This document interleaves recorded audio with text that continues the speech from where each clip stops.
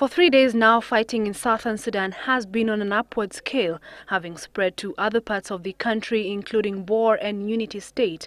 In the 3 days, close to 500 people have been killed, with 20,000 others having fled their homes. Many are seeking refuge at the various United Nations compounds across the country. Of these are some 57 Kenyans still holed up at the UN compound in Jongeli State. At least I have 2 guys in our office who are called up in the office and the guest house. They cannot move. There were only 4 Kenyans that were injured.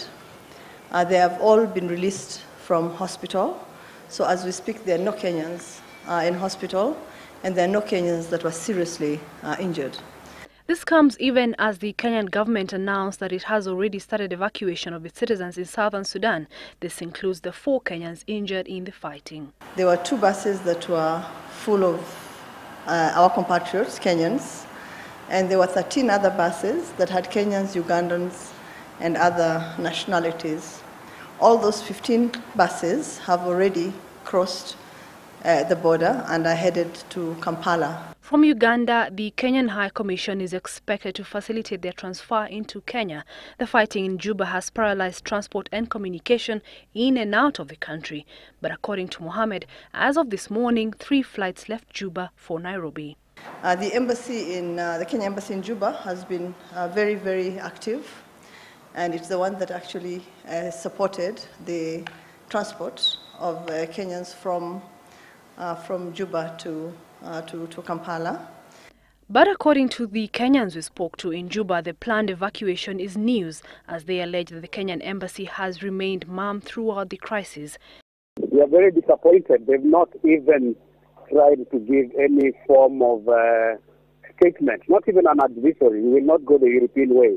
But they've not even issued a statement telling us what next. So it's a bit disappointing.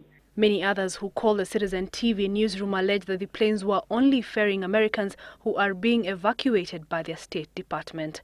Some of us who are with the humanitarian organizations, especially the international NGOs, we are a bit lucky that the INGO forum is updating us on what's happening and telling us what to do. But the people who have come here independently to do business, nobody is talking to them. The embassy is not in touch with them. No statements, no nothing. Actually, the Kenyan embassy is very quiet. An estimated 25,000 Kenyans live and work in South Sudan.